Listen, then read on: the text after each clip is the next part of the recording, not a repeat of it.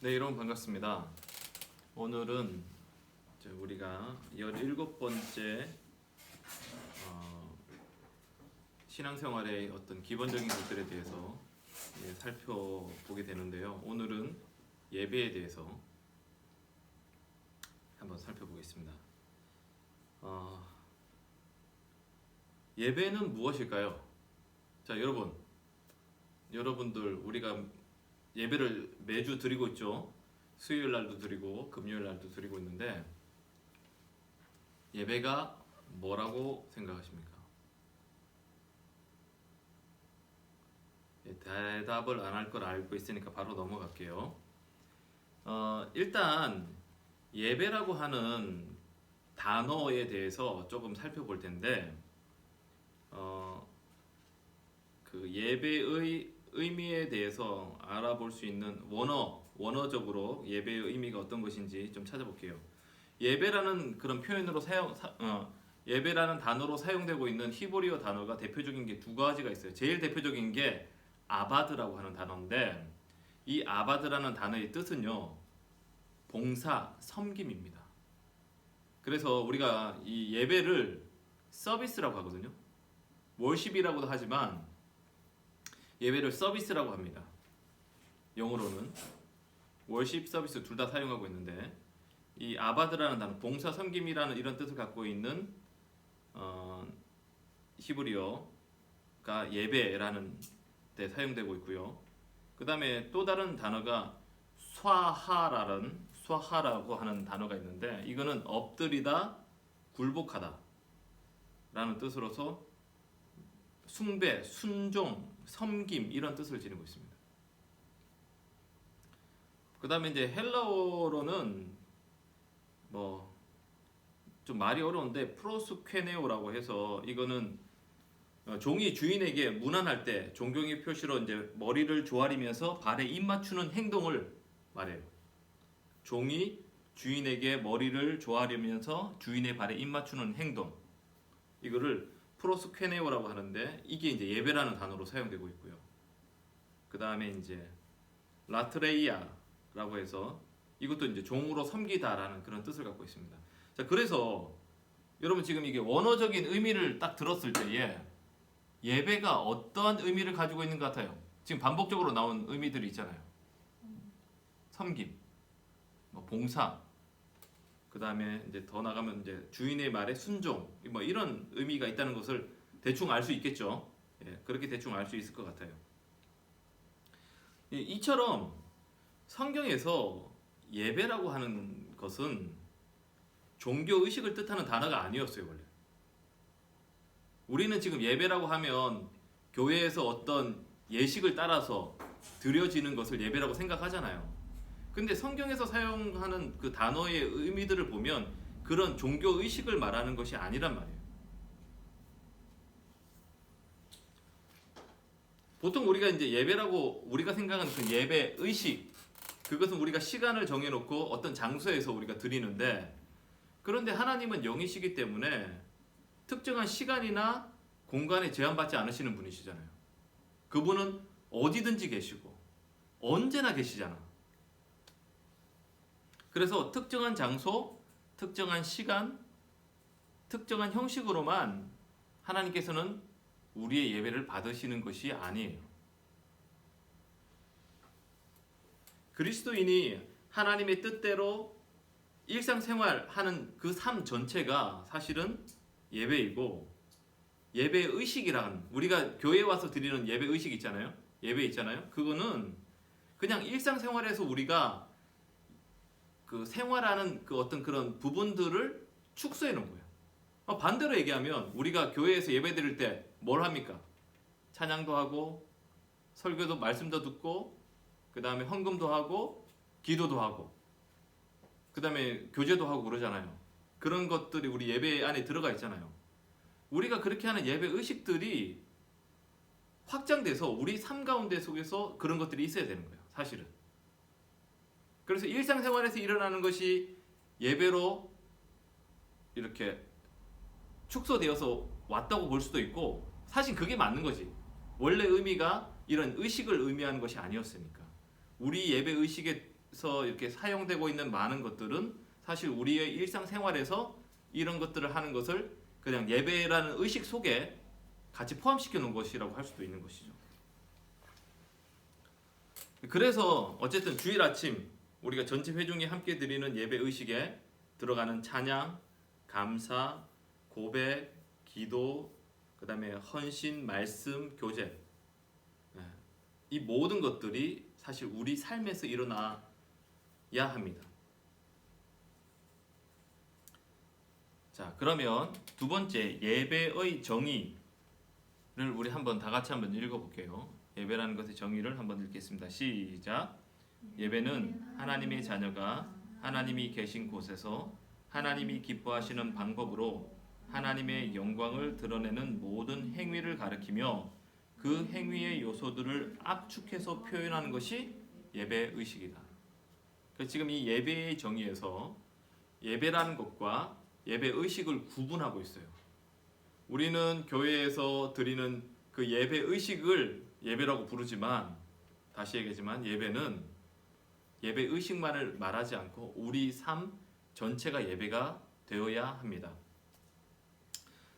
자, 그러면 이 예배의 정의에 따르면 누가 예배자일까요? 이 예배의 정의에 나오는 것을 통해서 예배자를 누구라고 정의할 수 있을까요? 말할 수 있을까요?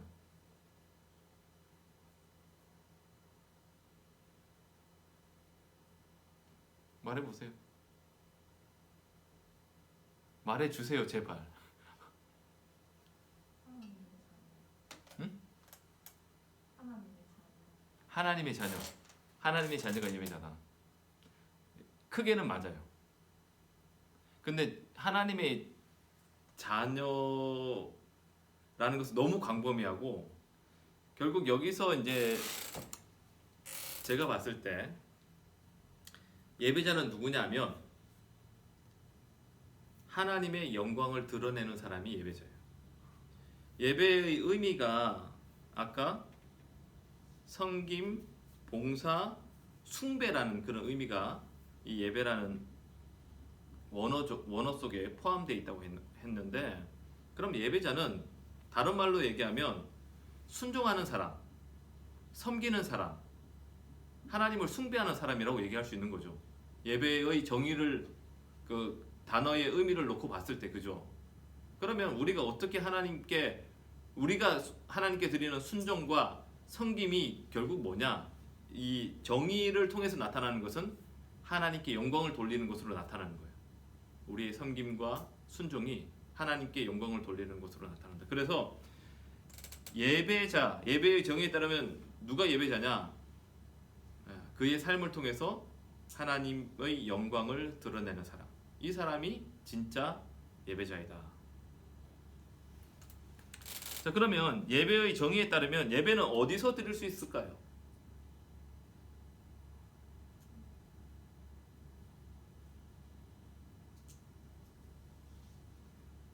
은비가 말해보세요. 이건 쉬우니까 나래가 얘기해보세요.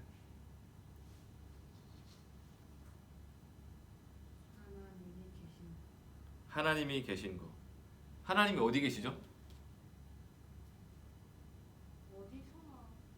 그렇지. 하나님은 어디나 계시지. 그래서 사실 예배는 어디에서나 다 드릴 수 있어요. 그럼 세 번째 질문. 하나님이 기뻐하시는 방법을 어떻게 할 수 있나? 자, 이거는 은비.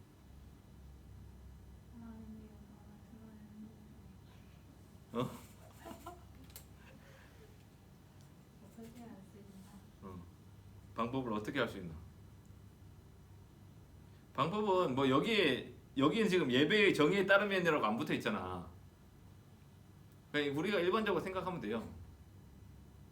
말씀을 통해서 알 수 있어요. 우리가 어떻게 하나님을 기쁘시게 할 수 있는지는 성경에 다 기록되어 있지. 하나님께서 거기에 다 자세하게 기록해 놓으셨어요. 그래서 우리는 그 성경을 통해서 하나님께서 무엇을 기뻐하시는지, 어떻게 우리가 하나님을 기쁘시게 할 수 있는지를 우리는 알 수 있습니다.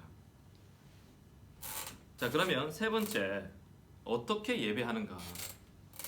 초대교회 교인들이 어떻게 예배를 했는지에 대해서 지금 말씀을 제가 쭉 적어놨어요. 쭉 적어놨는데 이 말씀은 제가 굳이 다 읽지는 않겠습니다. 굳이 다 읽지는 않고 그냥 그 말씀에 나오는 내용이 어떤 것인지에서 설명하고 갈게요. 골로새서 3장 16절에서는요. 말씀과 찬양에 대해서 나옵니다. 요거 하나 말씀 읽어 드릴까요? 그리스도의 말씀이 여러분 가운데 풍성히 살아있게 하십시오. 온갖 지혜로 서로 가르치고 권고하십시오. 감사하는 마음으로 시와 찬미와 신령한 노래로 여러분의 하나님께 마음을 다하여 찬양하십시오. 이렇게 기록되어 있거든요. 그래서 초대교회 사람들 어떻게 예배했을까? 하나님의 말씀을 듣고 그 말씀이 그들 마음속에 살아있고 서로 가르치고 그 말씀대로 권면하는 것을 통해서 그 다음에 찬양, 하나님께 마음을 다하여 감사하고 찬양하는 것으로 하나님을 예배했습니다. 고린도전서 14장 26절 여기도 찬양 말씀 기도에 대해서 나오고 있고요. 그 다음에 고린도전서 16장 1절과 2절에는 헌금에 대해서 말하고 있어요. 요거는 제가 읽어드릴게요. 성도들을 도우려고 모으는 헌금에 대하여 말합니다. 내가 갈라디아 여러 교회에 지시한 것과 같이 여러분도 그대로 하십시오. 매주 첫날은 주일이죠. 여러분은 저마다 수입에 따라 얼마씩을 따로 저축해 두십시오. 그래서 내가 갈 때에 그제야 헌금을 하는 일이 없어야 할 것입니다. 그 다음에 이제 사도행전 2장 45절에는 구제와 돌봄에 대해서 나옵니다. 그들은 재산과 소유물을 팔아서 모든 사람에게 필요한 대로 나누어 주었다. 사도행전 2장 38절에서 40절은 회개에 대해서 나오고요. 그 다음에 사도행전 2장 41절에는 침례 의식을 행하고 있고요. 사도행전 2장 42절에는 교육과 교제와 기도가 나옵니다. 그리고 고린도전서 11장 23절에서 29절에는 성찬식이 나와요. 그러니까 초대교회 사람들은 그들의 예배 속에 이런 요소들이 있었단 말이야. 말씀, 찬양, 기도, 헌금, 구제와 돌봄, 회개, 침례, 교육, 성찬 이런 것들이 다 예배 안에 포함됐습니다.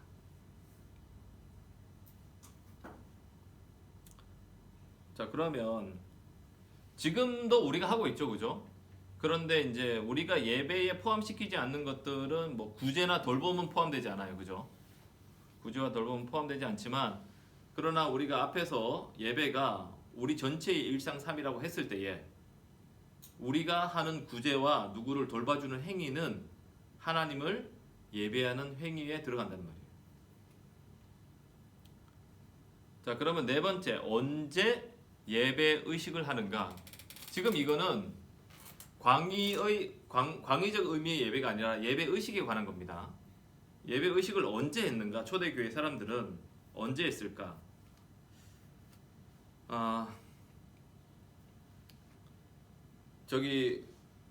그때 나래가 내가 1세기 기독교인의 예배인가? 그 책 잠깐 보라고 했지. 거기 얼마나 읽어봤는지 모르겠지만 그 책이 아주 얇은 책이 있거든요. 아주 얇은 책, IBP에서 나온 아주 얇은 책인데 거기에 약간 가상의 이야기예요. 가상의 이야기지만 그것을 지은 사람이 1세기 기독교 공동체의 고고학적, 역사적 자료를 바탕으로 해서 이해하기 쉽도록 가상으로 만들어낸 거예요. 근데 그 예배에 보게 되면 우리처럼 이런 예식이 없어요. 그러니까 순서가 없어요. 되게 자유로워요. 초기 기독교에는 지금과 같은 예배 의식이 없었어요. 의식의 순서도 이렇게 딱 정해진 것이 아니고 그리고 정기적으로 모이는 것도 처음에는 아니었어요. 굉장히 자유롭게 예배를 드린 거지. 형식도 자유롭고 사실 모임도 굉장히 자유로웠어요. 그들이 모여서 하는 예배는 어떤 식이었냐면 그 책을 내가 봤을 때도 어떻게 하냐면 주로 자기들의 얘기를 하는 거예요. 그냥. 자기들이 경험한 하나님, 자기 삶 속에서 경험한 그 하나님에 대해서 이야기하고 그 다음에 그 하나님께 감사할 일이 있으면 그 자리에서 감사를 이런 일에 대해서 하나님께 감사합니다라고 얘기를 하고 그 다음에 그 책에 보면 거기에는 브리스길라와 아굴라가 이제 나오는데 그때 그 아굴라가 거기 보면 예수님께서 가르치셨던 말씀 중에 한 말씀을 가지고 이야기를 해줘요. 그런 것들을 그런 기록과 기억들을 가지고 이야기를 해줍니다. 그게 이제 오늘날 형식 설교 같은 거겠죠. 그리고 뭐 서로를 위해서 기도해주고 그 다음에 식사를 같이 합니다. 그때 이제 식사를 하기 전에 빵과 포도주를 나누는 걸 항상 했어요. 빵을 떼고 포도주를 이렇게 먹으면서 예수님의 고난과 죽음을 기념했고 그 다음에 같이 식사를 했고 그리고 같이 막 얘기하고 놀고 찬양하고 네, 그런 것이었어요. 실제적으로 일주일 단위로 주기에 맞추어서 어느 정도 모양과 모양이 있는 그런 의식을 행하게 된 것은 몇백 년 후예요. 그런데 그랬지만 그 초대교회 사람들이 특별한 날을 기억하면서 교인들이 모였다는 얘기가 성경에는 기록되어 있죠.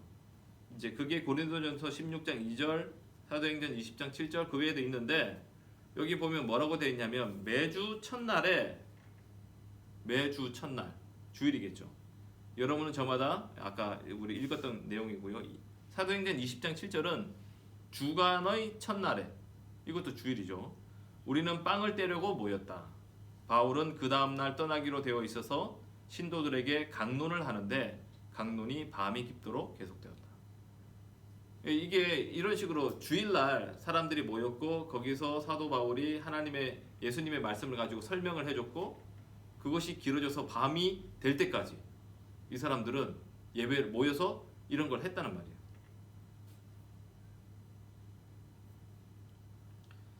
옛날에는 이게 특정한 날을 정할 수 없었던 이유가 무엇 때문이냐면 지금은 우리가 5일제로 일하잖아요. 옛날에는 6일 일하고 하루 쉬었잖아요. 주일날, 일요일날 쉬는 것들이 지금은 되게 보편화되어 있지만 옛날에는 그렇지 않았어요. 옛날에는 365일 일했어요. 거기 귀족들은 맨날 놀고 종들은 365일 일했어요. 그러니까 성경에 6일을 일하고 하루 쉬는 것이 처음부터 하나님께서 정해주신 법인데 이건 굉장히 파격적인 거였어요. 당시에는 굉장히 파격적인 것이었고 어쨌든 그 로마 시대에는 그런 지금처럼 쉬는 날이 없었거든. 그러니까 사람들이 많이 모일 수 있는 시간에 모였을 것이고 특별히 뭐 주일날 같은 경우는 특별한 날이기 때문에 됐고 지금 같은 경우는 우리가 이제 주일날로 예배를 드리게 된 겁니다.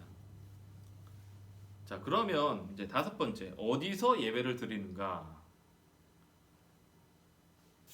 은경아 이거 가져왔지? 자, 다섯 번째 어디서 예배를 드리는가? 예수님은 과연 어떻게 말씀하셨을까? 요한복음 4장 20절부터 24절입니다. 자, 이 말씀을 한번 다 같이 읽어보겠습니다. 자, 시작.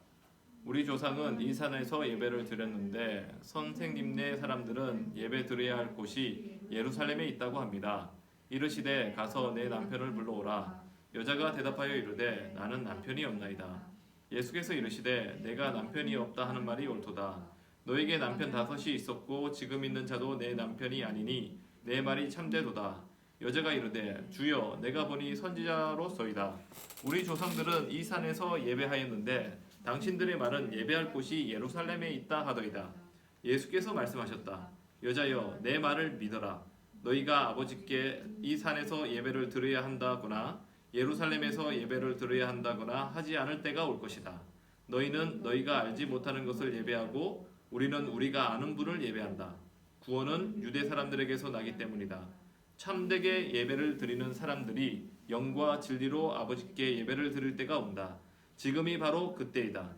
아버지께서는 이렇게 예배를 드리는 사람들을 찾으신다. 하나님은 영이시다. 그러므로 하나님께 예배를 드리는 사람은 영과 진리로 예배를 드려야 한다. 어디서 예배를 드려야 하는가? 오늘 말씀에서 사마리아 여인이 예수님께 어디서 예배를 드려야 합니까? 라고 물었어요. 그런데 예배의 장소를 물어본 여인에게 예수님은 예배의 태도를 답으로 주었습니다. 어디서 예배 드리라는 말을 주신 게 아니고 예배를 어떠한 자세로 어떠한 태도로 드려야 되는지에 대해서 말씀하셨어요. 어떤 면에서 동문서답이죠. 여기서 진리로라고 우리가 이제 진리와 영으로 드리는 것이 어떤 것인지에 대해서 뭐 이렇게 저렇게 해석을 많이 하는데, 진리로라고 번역한 단어는 사실 앞에 이미 나왔어요. 참되게 예배하는 자를 찾으신다 하셨는데 그거랑 같은 단어예요. 그러니까 진리로 예배한다는 것은 참되게 진짜로 예배한다는 거예요. 그렇다면 가짜로 예배를 드리는 것도 있겠죠. 진리의 반대가, 참의 반대가 가짜니까. 예수님 당시 유대인들은 여러분 잘 알다시피 굉장히 종교적이었습니다. 하지만 그들은 실제 생활에서는 하나님의 뜻과는 거리가 먼 생활을 했죠. 그러면서도 종교 의식은 철저히 지켰어요. 그것을 아시는 하나님께서, 예수님께서 그것은 가짜로 드리는 예배라고 하신 거예요. 유대인들은 예루살렘에서 예배를 드린다. 그런데 그것도 아니고 사마리아도 아니다라고 예수님께서 말씀하셨는데, 그것은 왜냐하면 유대인들이 지금 예루살렘에서 드리는 그 예배가 가짜 예배였기 때문에, 종교적인 예식은 굉장히 멋있고 거룩했는지 모르겠지만 예수님께서 보실 때에, 하나님께서 보실 때에 그 예배는 가짜의 모양이었단 말이에요. 그러니까 이게 장소가 중요한 게 아니고 더 중요한 것은 우리가 진짜 예배를 드려야 된다. 그 다음에 영으로 드리라는 말, 영으로의 반대는 육이죠. 영의 반대는 육이죠. 영으로라는 말은 하나님과의 관계를 말하는 것이거든요. 하나님과의 관계 속에 있는 것을 말하고, 육은 하나님과 관계 없는 것을 말하죠. 그러니까 예배를 드리는데 그 예배가 가짜인 이유는 사실은 그 안에 하나님과의 관계는 없기 때문이에요. 그냥 종교 의식에 열심히 참여하는 것, 이거는 가짜 예배라는 거지. 이건 육으로 드리는 예배고, 예배를 통해서 하나님과 올바른 관계를 맺고, 내가 하나님과 올바른 관계에 있고, 그리고 내가 하나님의 뜻대로 생활하고 하는 것이 진짜 예배라는 말이죠.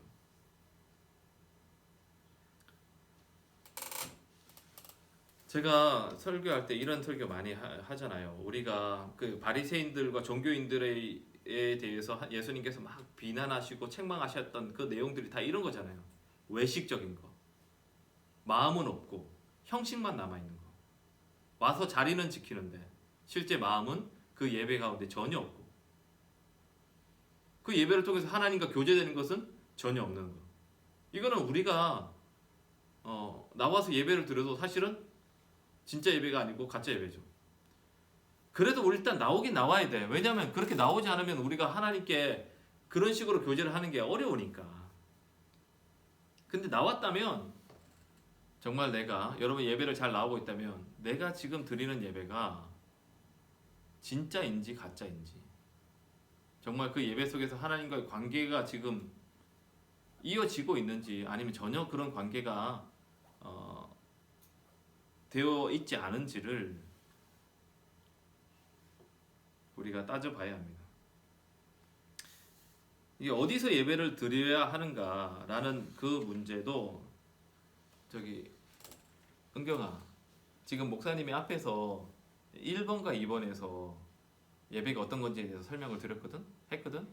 나중에 요걸 가서 따로 한번 읽어봐야지, 들어봐야지 지금 요 뒤에 내용이 조금 이해가 더 쉽게 될 거야. 그래서 꼭 들어보세요. 듣고 오세요. 그래서 이제 어디서 예배 드리는지, 아까 예배는 예배 의식이 예배가 아니라 삶이, 우리 그리스도인이 하나님 말씀대로 살아가는 것이 예배라고 했잖아요. 그렇기 때문에 사실 예배의 장소는, 사실 우리의 삶의 터전이 다 예배의 장소가 되는 거야. 예배의 장소가 되는데, 특별히 예배 의식과 관련되어서 지금 여기서 예배를 얘기를 하고 있습니다. 하지만 첫 번째, 예수님께서 어떻게 말씀하셨는가, 이 부분에서는 결국 장소보다 더 중요한 것. 우리가 드리는 예배가 진짜로 하나님과 관계 속에서 드리는 것이냐, 하나님과 관계를 맺고 있느냐 라는 것을 먼저 말씀하셨고요. 그 다음에 두 번째, 나하고 다에서 실제로 그들이 모여서 예배 의식을 했던 장소에 대해서 성경은 어떻게 말하고 있느냐. 예루살렘 교인들이 모여 예배를 드릴 수 있는 장소는 어디였는가? 사도행전 2장 46절 한번 읽어보겠습니다. 시작. 그리고 날마다 한 마음으로 성전에 열심히 모이고 집집이 돌아가면서 빵을 떼며 순전한 마음으로 기쁘게 음식을 먹고. 네, 그들이 어디에 모였다고요? 성전에. 예루살렘에 있는 교인들은 성전이라고 하는 넓은 장소가 있었어요. 그래서 당시에 이제 베드로가 설교했을 때 3,000명이 회개했잖아. 그리고 믿는 사람들이 굉장히 많아졌다고 얘기했잖아요. 그래서 그 많은 사람들이 모일 수 있는 곳이 성전이 여러분도 알다시피 이방인의 뜰도 있고 여러 이렇게 구역으로 나누어져 있거든요. 이방인의 뜰 같은 경우에는 굉장히 넓어요. 넓은 공간이에요. 그리고 그 성전을 주변에는 회락이라 해가지고 지금으로 치면은 위에 지붕이 덮여 있는 복도 같은 거예요. 지붕이 덮여 있는 복도. 그리고 옆에는 뚫려 있어. 예, 그런 곳이 있었기 때문에 거기서 모임을 가졌습니다. 그리고 여기서 집에서 모여서 빵을 떼며 순전한 마음으로 기쁘게 음식을 먹었다. 이제 교제를 의미할 수도 있는데, 하지만 성전보다 더 일상적으로 모임을 갖게 된 것은 사실 집이었습니다. 다에 보게 되면 초대교회 사람들은 어디서 모임을 하고 예배를 드렸는가? 로마서 16장 5절 읽겠습니다. 시작. 그리고 그들의 집에서 모이는 교회에도 문안하여 주십시오. 나의 사랑하는 에베네도에게 문안하여 주십시오. 그는 아시아에서 그리스도를 믿은 첫 열매입니다. 집에서 모이는 교회라고 했죠. 알다시피 교회는 건물이 아니고 믿는 사람들의 모임이잖아요. 그래서 사람들이 그냥 가정집에서 모여서 모이면 그곳이 교회가 되었고 거기서 그들이 모임을 하고 예배를 드렸어요. 그 다음에 이제 고린도전서 16장 19절 여기도 아굴라와 브리스가와 그 집에 모이는 교회가 다 함께 주님 안에서 진심으로 문안합니다. 골로새서 4장 15절에도 눈바와 그 부인의 집에서 모이는 교회에 문안해 주십시오. 빌레몬서 1장 2절에도 우리의 전우인 아킬리포와 그대의 집에 모이는 교회에 이 편지를 씁니다. 라고 해서 초대교회 사람들이 집에서 모여서 모임을 갖고 예배를 드렸다는 것을 알 수 있어요. 그래서 지금 만약에 이렇게 작은 숫자라면 굳이 건물이 없어도 집에서 예배를 드리면 돼요. 지금도 그럴 수 있어요. 그리고 지금도 그렇게 예배를 드리는 사람들이 있습니다. 특히 이제 거의 요즘은 개척을 할 때에도 옛날에는 한때는 거기 건물을 빌려가지고 이렇게 했었는데 지금은 사람들이 그냥 그 목사님 집을 개방해가지고 그쪽에서부터 시작하고 사람들이 어느 정도 모여도 그쪽에서 예배를 하는 곳도 있어요. 그리고 아예 사람들이 모여도 아예 바깥에서 예배를 드리는 사람도 있고요. 생각보다 그렇게 하는 사람들이 지금 점점 많아지고 있어요. 근데 원래 교회는 그러한 형태로 됐다는 거죠. 그래서 이제 여러분의 집에서도 모임을 가질 수가 있어요. 우리가 원래 그렇게 좀 했으면 좋겠는데 지금은 우리가 그렇게 할 수 없는 상황이라서 좀 그렇지만 어쨌든 하지만 이제 사람들이 점점 많아지고 필요에 의해서 이런 건물도 필요하면 우리가 이렇게 렌트를 하거나 이렇게 지어서 이제 하게 생긴 거죠. 근데 역사적으로요, 이런 가정집 외에 이런 건물, 교회당이라고 하는 별도의 건물이 생긴 것은요, 언제부터냐? 기원 후 4세기부터입니다. 벌써 예수님이 태어나시고 돌아가신 후에 거의 한 300년 동안은 교회가 이런 다른 건물이 없이 했고요. 물론 박해 때문이기도 했고 4세기 이후에 교회당이라는 건물이 생긴 것은 기독교가 공인을 받고 그 다음에 이제 그 나라에서 기독교를 인정해주고 그리고 나중에 국교로 삼잖아요. 로마의 국교로 삼으면서 그때부터 이렇게 건물을 짓기 시작했어요. 그리고 사실은 역사적으로 그렇게 하면서부터 교회는 타락했습니다. 역사적으로 보면. 자, 그 다음에 6번째. 이게 제일 중요하다고 저는 봐요. 하나님께서 원하시는 예배가 어떤 것일까? 1번, 2번이 중요했고요. 그 다음에 저는 6번이 중요하다고 생각을 합니다. 하나님께서 원하시는 예배가 어떤 것인지 우리 사무엘상 15장 22절 우리 말씀을 다 읽어볼 거예요. 하나하나 읽어보면서 하나님께서 원하시는 예배가 무엇인지를 우리가 찾아보도록 하겠습니다. 자, 사무엘상 15장 22절 시작. 사무엘이 나무랐다. 주님께서 어느 것을 더 좋아하시겠습니까? 주님의 말씀에 순종하는 것이겠습니까? 아니면 번제나 화목제를 드리는 것이겠습니까? 잘 들으십시오. 순종이 제사보다 낫고 말씀을 따르는 것이 순양의 기름보다 낫습니다. 하나님께서 원하시는 제사가 뭐라고요?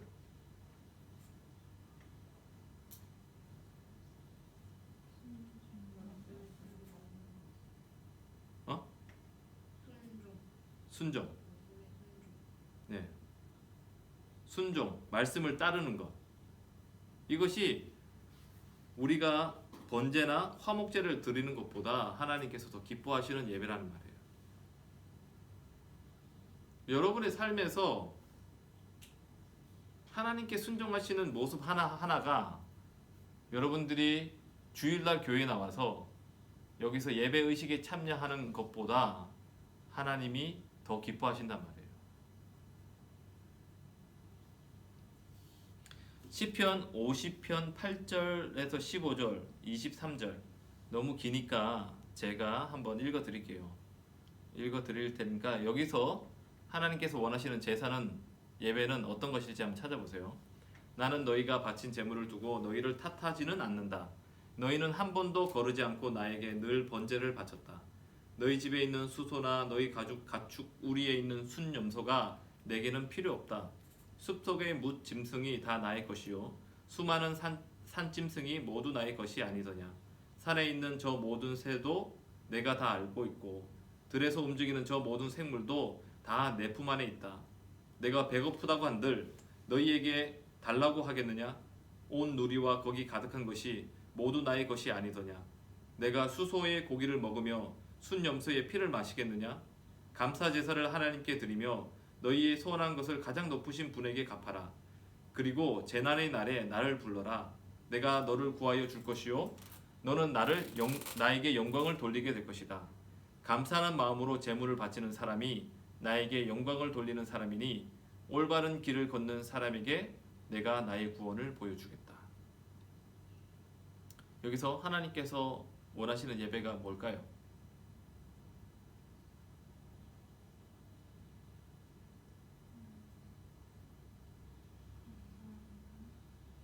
감사하는 마음. 감사하는 마음. 감사 제사를 하나님께 드리는 것. 감사하는 마음으로 제물을 바치는 사람. 즉 감사하는 마음을 하나님께서 기뻐하신단 말이에요. 여러분 삶에서 하나님 앞에 만약에 그러니까 결국 우리의 삶으로 예배를 드릴 때 하나님 말씀에 순종해라. 뭐 하나님께 순종해야 될 것이 너무 많죠. 그것 중에 뭐 하나를 굳이 또 얘기하자면 오늘 여기 감사가 되겠죠. 우리가 하나님께 순종할 건 정말 많은데 그 중에서 뭐 지금 시편에서는 감사를 얘기하고 있어요. 감사. 여러분 얼마나 하나님께 감사하고 계세요? 여러분 이번 주 한 주 살면서 하나님께 감사한 마음을 느낀 적이 얼마나 있어요? 하나님께 감사하고 찬양을 올린 적이 있습니까?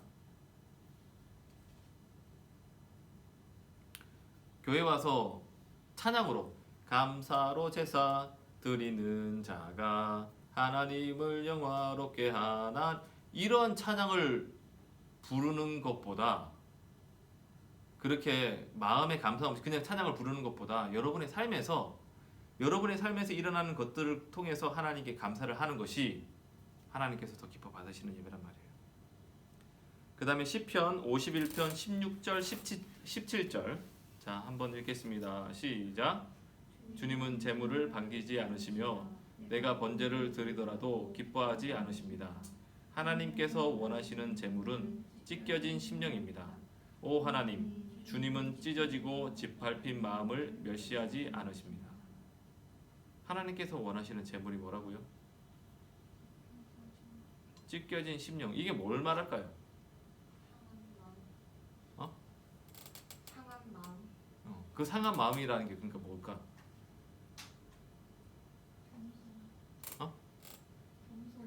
겸손한? 엎드림? 여기 찢겨진 심령은 회개하는 마음이에요. 회개를 말해요. 특별히 시편 51편이 이게 다윗의 회개하는 시거든. 바세바 범하고 나서 이렇게 고백하는 시란 말이야. 그래서 여기서 찢겨진 심령이란 자기가 지은 죄 때문에 그것 때문에 자기가 마음이 너무나도 괴롭고 탄식을 하고 하나님께 이렇게 송구하고 한 마음을 여기 찢겨진 심령이라고 표현한 거예요. 그러니까 죄 때문에 괴로워하는 마음. 그래서 하나님께 회개하는 사람. 이것을 하나님께서 기뻐하신다고 말하고 있습니다.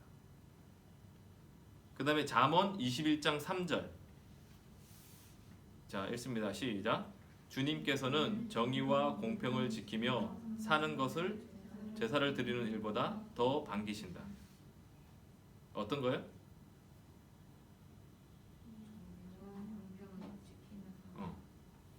하나님께서 기뻐하시는 예배, 원하시는 예배는 뭐냐? 정의롭고 공평하게 행동하는 것을 하나님께서 원하시는 예배라고 말하고 있습니다. 정의로운 것. 사람을 대할 때 공평하게 대하는 것. 저 사람이 내가 무시할 만한 사람이라고 해서 무시해버리고 사람을 차별적으로 대하고 하는 것이 아니라 모든 사람들을 뭐 이게 하찮아 보이는 사람이건 뭐 어린 사람이건 뭐 상관없이 내가 그 사람들을 똑같은 마음으로 대하는 것. 그게 하나님께서 기뻐하시는 예배라는 말이에요. 여러분 그걸 예배라고 생각하지 않았죠. 단순히 그냥 우리가 뭐 하나님의 뜻에 순종하는 거라고 생각했죠. 그러나 우리가 그렇게 하는 것 그리고 우리가 그렇게 하는 행동을 보고 사람들이 우리를 칭찬할 때에 칭찬하지 않아도 상관없어요. 그것이 하나님께 예배가 된다는 말입니다. 이사야 1장 11절에서 17절 제가 읽어드릴게요. 주님께서 말씀하신다. 무엇으로 나에게 이 많은 재물을 바치느냐?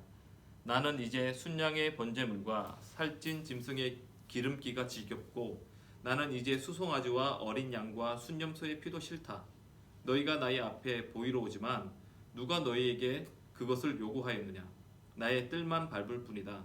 다시는 헛된 재물을 가져오지 말아라. 다 쓸모없는 것들이다. 분향하는 것도 나에게는 역겹고 초하루와 안식일과 대회로 모이는 것도 참을 수 없으며 거룩한 집회를 열어놓고 못된 짓도 함께하는 것을 내가 더 이상 견딜 수 없다. 나는 정말로 너희의 초하루 행사와 정한 절기들이 싫다. 그것들은 오히려 나에게 짐이 될 뿐이다. 그것들을 짊어지기에는 내가 너무 지쳤다. 너희가 팔을 벌리고 기도한다 하더라도 나는 거들떠 보지도 않겠다. 너희가 아무리 많이 기도한다 하여도 나는 듣지 않겠다. 너희의 손에는 피가 가득하다. 너희는 씻어라. 스스로 정결하게 하여라. 내가 보는 앞에서 너희의 악한 행실을 버려라. 악한 일을 그치고 옳은 일을 하는 것을 배워라. 정의를 찾아라. 억압받는 사람을 도와주라. 고아의 송사를 변호하여 주고 과부의 송사를 변론하여 주어라. 여기서 하나님께서 너희가 드리는 예배 의식에 대해서 이제 지겹다고 말씀하시죠. 싫다. 너희들 가져오는 것도 싫고 너희들 그냥 예배는 나왔는데 예배에 와서 뭐 거룩하게 예배를 드린 것 같지만 그러면서도 나쁜 행동을 하는 너의 삶, 내가 보기에도 이제 역겹고 너무너무 힘들다. 그러면서 하나님께서 무엇을 요구하고 계십니까? 그대로 읽어 주셔도 돼요. 하나님께서 뭘 요구하고 계세요? 정결하게 하여라. 옳은 일 하는 것을 배워라. 정의를 찾으라. 억압받는 사람을 도와주라. 고아의 송사를 변호하고 과부의 송사를 변호하여 주어라. 그러니까 하나님께서 원하시는 예배, 우리가 악한 행실에서 돌아서는 것, 악을 그치는 것, 그리고 옳은 일을 행하는 것. 단순히 내가 죄를 짓지 않는 것으로 그치는 게 아니에요.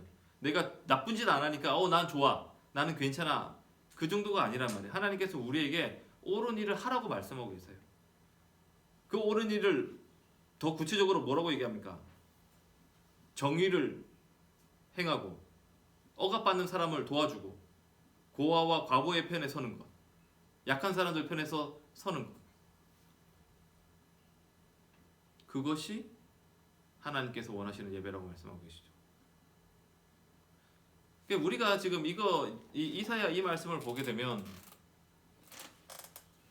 하나님께서, 예수님께서 계명 중에서 율법을 2계명으로 요약해 주셨잖아요. 하나님을 사랑하는 것, 이웃을 사랑하는 것, 2가지를 말씀하셨어요. 근데 우리들의 생각에 하나님을 사랑하는 것이 어떤 거라고 생각해요? 제가 봤을 때 교인들이 믿음이 좋다고 얘기하는 게 뭘 보고 믿음을 좋다 얘기하냐면 예배 안 빠지고 교회에서 하라는 거 잘하고 그런 거 잘하면 믿음이 좋다고 얘기를 해요. 그 사람이 사람과의 관계 속에서 어떻게 관계를 맺고 있는지, 어떻게 행동을 하고 있는지, 또는 이런 것들은 전혀 고려하지 않고요. 단지 교회에서 정한, 교회 안에서의 어떤 종교적인 어떤 모습을 얼마나 잘하고 있느냐, 그걸 가지고 그 사람이 믿음이 좋다, 안 좋다를 판단한단 말이에요. 물론 우리가 다시 얘기하지만 그런 걸 우리가 해야죠, 당연히. 그걸 하지 말라는 건 아니에요. 그런데 우리가 그런 것들은 잘 하면서 눈에 보이는 형제에 대해서, 이웃에 대해서, 나의 가족들과 사람들에 대해서 그들을 대하는 나의 방식과 내가 행동하는 것에 대해서는 아무렇지도 않게 생각한다는 거예요.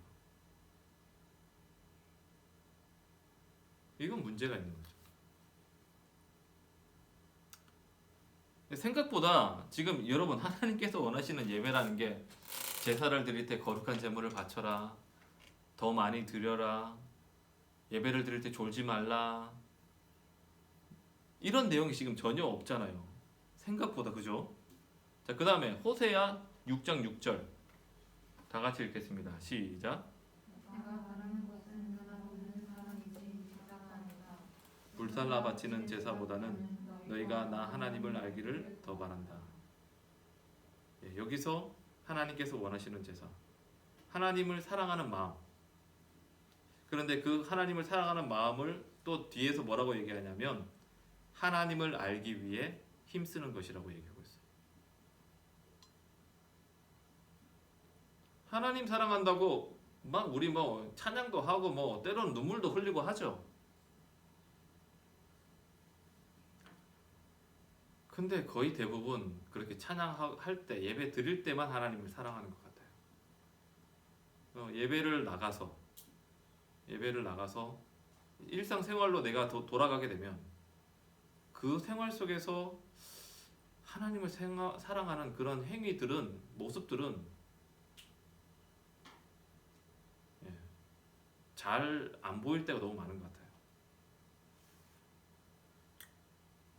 그러면 정말 그 사람이 하나님을 사랑하는 걸까? 아모스 5장 21절에서 24절, 이거 같은 내용입니다. 여기도 공의와 정의를 행하라고 얘기합니다.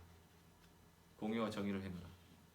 미가서 6장 8절, 요거는 한번 읽어볼게요. 자, 미가서 6장 8절입니다. 시작.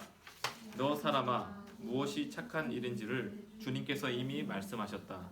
주님께서 너에게 요구하시는 것이 무엇인지도 이미 말씀하셨다. 오로지 공의를 실천하며 인자를 사랑하며 겸손히 내 하나님과 함께 행하는 것이 아니냐. 네. 공의를 행하고 인자는 사람의 아들이란 말인데 예수님을 인자라고 불렀어요. 그래서 이 인자라는 것이 뭐 하나님이라고 얘기할 수도 있습니다. 하지만 사람의 아들은 말 그대로 사람일 수도 있어요. 그들을 사랑하며 사실 같은 얘기죠. 하나님을 사랑하는 것과 이웃 사랑하는 것은 다른 말이 아니라 같은 거예요. 하나님을 사랑한다고 하면서 이웃 사랑하지 않는 것은 말이 안 되는 거예요. 이거는 서로 반대되는 말이 아니. 이거 같은 말이에요. 하나님을 사랑하면 이웃을 사랑해야 되는 거예요. 그리고 겸손하게 하나님과 동행하는 것. 매일매일의 삶 속에서 하나님과 동행한다는 말은 하나님과 교제한다는 말이겠죠. 같이 걷는 거야.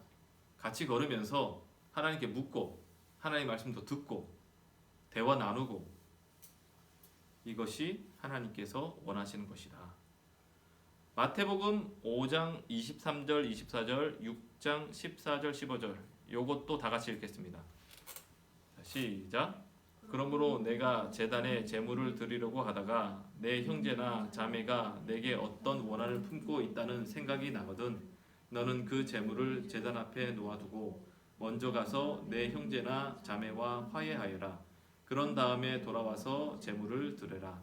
너희가 남의 잘못을 용서해 주면 너희 하늘 아버지께서도 너희를 용서해 주실 것이다. 그러나 너희가 남을 용서해 주지 않으면 너희 아버지께서도 너희의 잘못을 용서해 주시지 않으실 것이다.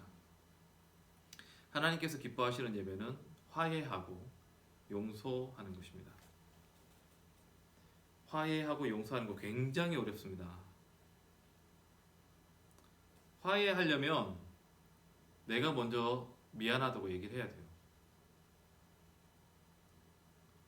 그 사람이 먼저 사과를 할 때까지 기다리는 것은 화해하는 태도가 아니에요. 내가 먼저 가야 돼요. 용서는 다른 사람이 나에게 뭐 화해를 요청할 때 받아주는 것이 될 수도 있겠죠. 아니면 그 사람과 상관없이 나 스스로도 그 사람을 용서해 줄 수도 있겠고. 네.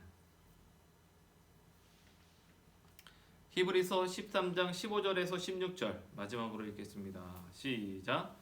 그러니 우리는 예수로 말미암아 끊임없이 하나님께 찬미의 제사를 드립시다. 이것은 곧 그의 이름을 고백하는 입술의 열매입니다. 선을 행함과 가진 것을 나눠주기를 소홀히 하지 마십시오. 하나님께서는 이런 제사를 기뻐하십니다. 여기서 찬미의 제사라고 15절에 나와 있는데 그 15절에 나오는 찬미의 제사가 이제 16절에 무엇인지 구체적으로 나오고 있어요. 그게 선을 행함과 가진 것을 나눠주는 것. 하나님께서 이런 제사를 기뻐하신다. 찬미의 제사는 선을 행하고 가진 것을 나눠주는 것이라고 얘기하고 있습니다. 우리가 생각할 때 찬미의 제사는 막 입술로 이렇게 하나님 찬양하는 거라고 생각할지 모르겠지만 히브리서에서는 분명히 찬미의 제사를 행함과 행함으로 얘기하고 있어요. 자, 어때요? 지금 하나님께서 원하시는 제사에 대해서 살펴봤습니다. 이거는 우리가 교회에서 드리는 예배 의식보다는 우리의 삶과 관련된 내용들이 훨씬 많죠. 그런데 분명히 여기서 말씀하시는 내용을 보게 되면 우리가 예배 의식으로 드리는 그 예배가 하나님께서 받아질 만한 것이 되느냐 못 되느냐는 어디에 달렸느냐? 나의 일상 삶에 달렸다는 거예요. 내 삶이 이런 하나님께서 원하시는 삶을 살지 못하는데 주일날 와서 우리가 예배라는 어떤 의식만을 행하는 것은 하나님께서 싫어하신단 말이야. 지겹다고 말씀하시고 역겹다고 말씀하시고 질렸다고 말씀하신단 말이야. 그러니까 우리가 드려지는 그 예배 의식이 정말 하나님께서 받으실 만한 예배가 되려면 사실 우리 삶에 나아져야 되는 거예요. 삶의 예배가 드려질 때 우리가 드리는 의식의 예배가 예배라는 의식의 그 주일날 드리는 그 예배가 하나님께서 받으실 만한 예배가 된다. 그럼 정말 중요한 게 뭘까요? 주일날 와서 예배를 드리는 걸까요? 아니면 우리가 일상생활을 하면서 이 하나님의 말씀을 따라서 순종하고 정의와 공의를 행하고 어렵고 힘든 사람을 도와주고 다툰 사람과 화해하고 용서하고 내가 가진 것을 다른 사람에게 나눠주고 이게 더 중요할까요? 말씀을 통해서 우리는 확인할 수 있어요. 우리가 결국 어떻게 사느냐가 더 중요한 문제예요.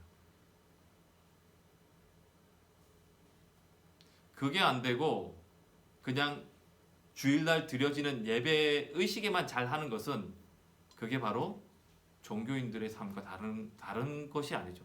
그게 바로 예수님께서 책망하신 바리새인들의 모습인 거예요. 삶은 없고 종교 의식만 있는 거.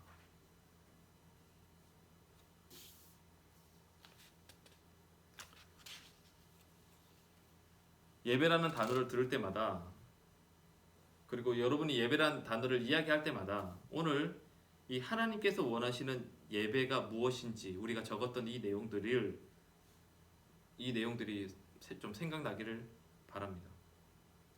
예배의 개념을 올바로 알아야 우리는 올바른 신앙생활을 할 수가 있는 거예요.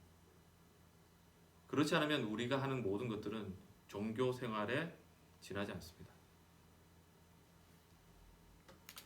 네, 그러면 오늘은 여기서 마치도록 하겠습니다. 다음 주에 우리 유튜브에서 또 봅시다. 안녕.